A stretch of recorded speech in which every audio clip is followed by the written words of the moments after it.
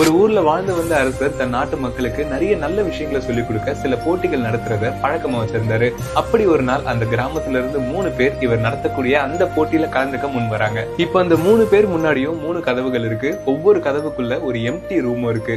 இப்ப அரசர் அந்த 3 பேரை பார்த்து, நான் உங்க எல்லாருக்கும் வெறும் 100 காயின்ஸ் தான் கொடுப்பேன், அதை யூஸ் பண்ணி நீங்க அந்த ரூமை நிரப்பி காட்டணும், அதுவும் 1 மணி நேரத்துக்குள்ளன்னு சொல்லி முடிக்கிறாரு. முதல் போட்டியாளர் கையில கிடைக்கிற குப்பைகள் எல்லாத்தையும் அந்த ரூம்ல நிரப்ப ஆரம்பிக்கிறாரு. பட் 1 மணி நேரத்துல அவரால் அந்த ரூமை நிரப்ப முடியல. இப்ப 2ஆம் போட்டியாளர் கட்டைகளை நிரப்ப ஆரம்பிக்கிறாரு. பட் ஒரு அளவுக்கு மேல அவரால் அதிகமான கட்டைகளை காசு கொடுத்து வாங்க முடியல.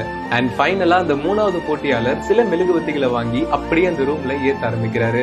கொஞ்ச நேரத்திலேயே அந்த அறை முழுவதும் பிரகாசமான வெளிச்சத்தினால நிரம்புச்சு. இவருடைய சாமர்த்தியமான செயலை பார்த்த அரசர் நிறைய பொற்காசுகளை அவருக்கு பரிசா கொடுத்துட்டு மக்கள் கிட்ட அவர் சொன்னது என்ன தெரியுமா? என்னதான் 3 பேருக்கும் ஒரே அளவான பணம் கொடுத்திருந்தாலும் முதல் 2 பேரோட யோசனை சரியில்லாததுனால இந்த போட்டியில அவங்களால ஜெயிக்க முடியல. ஆனா 3வது போட்டியாளர் பாசிட்டிவா யோசிச்சு சாமர்த்தியமா செயல்பட்டதுனால இந்த போட்டியிலையும் ஜெயிச்சாரு, வாழ்க்கையிலையும் கண்டிப்பா ஜெயிப்பாருன்னு சொன்னாராம். இந்த கதையில வந்த மாதிரிதாங்க, என்கிட்ட அது இல்ல இது இல்ல நினைச்சு கவலைப்படாம இருக்கிறத வச்சு சாமர்த்தியமா செயல்படுங்க, உங்க லைஃபும் பிரகாசமா மாறும். அண்ட்